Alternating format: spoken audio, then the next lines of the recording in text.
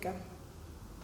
El ensayo de ética es una herramienta que nos ayuda a reflexionar y permite identificar, analizar y resolver situaciones o decisiones concretas en la vida profesional y social. Es importante saber que debemos de seguir 2 pasos para hacer nuestro ensayo. El primero es la preparación, el cual vamos a dividir en seleccionar y delimitar nuestro tema. Vamos a ver de qué es lo que vamos a hablar durante nuestro ensayo. Debemos investigar acerca de nuestro tema en fuentes confiables, formular la problemática ética que tiene el tema que elegimos, analizaremos las posibles conclusiones para después poder definir nuestra postura acerca del tema. En el caso de la preparación es importante llevarla a cabo para que después de esto podamos hacer toda la parte del desarrollo de nuestro ensayo. Para redactar el ensayo debemos de tener los pasos principales, que son la introducción, el cual se refiere a la generalización y descripción del dilema moral o ético que tenemos, y podemos dividirlo en párrafos, en donde nos enfocaremos en el párrafo 1 y 2 a generalizar el problema. Debemos de poner una noticia como ejemplo de la magnitud del problema y datos como estadísticas, porcentajes o cifras que nos ayuden a ver el impacto que tiene el tema en el país o en la comunidad que estaríamos investigando. En el párrafo 3 podremos describir el problema en particular, y un ejemplo podemos hacer es que un ejemplo del anterior es el problema que se tiene y describimos nuestro tema y el problema que este conlleva. Y en el párrafo 4 podemos explicar por qué es un dilema moral y especificar de qué manera afecta el desarrollo social o dignidad humana. Podemos ver un ejemplo de esto en el ensayo. Como podemos observar, todo lo que está subrayado en el color amarillo definiría lo que es la parte de la introducción.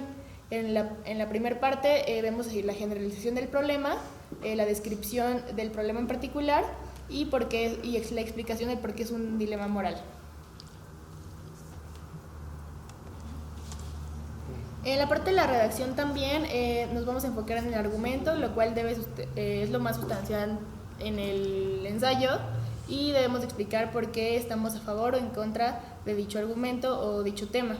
Debemos elegir un autor que respalde el argumento, citarlo y explicar qué es lo que entendemos con esa cita y cómo se aplica en el texto. También tenemos que tener el segundo argumento, el por qué estamos en contra, para poder generar el dilema y elegir un autor, ya puede ser el mismo o puede ser uno diferente, el cual respalde el argumento y citarlo, al igual que explicar qué entendemos con esa cita y cómo se aplica en el texto.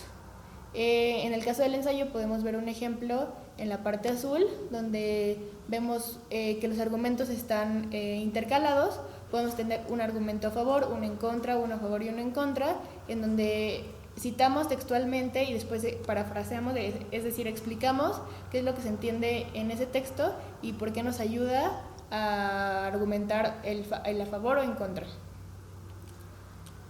En el caso de la siguiente página, que podría ser la conclusión, debemos hacer una recopilación acerca de los argumentos utilizados, ya sea a favor o en contra, y determinar la postura que tenemos en caso de que sea necesaria o no la pidan.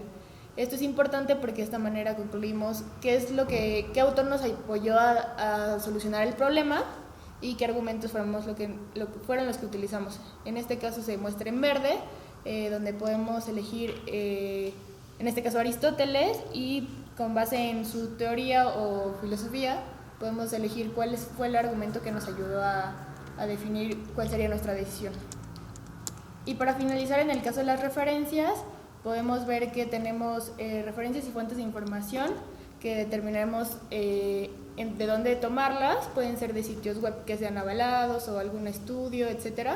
Y como referenciamos, primero se pone el apellido, coma inicial del nombre, punto, entre paréntesis el año de la publicación, punto, el título del libro, que eso debe de ir en cursivas, punto, lugar, 2 puntos, editorial. Y podemos ver también un ejemplo en el ensayo al final. Como recomendación, sugerimos bajar la aplicación de cómo hacer un ensayo de ética, que está hecha por el Tecnológico de Monterrey, y es donde nos explica por qué es importante y cuáles serían los pasos a seguir para diseñarlo.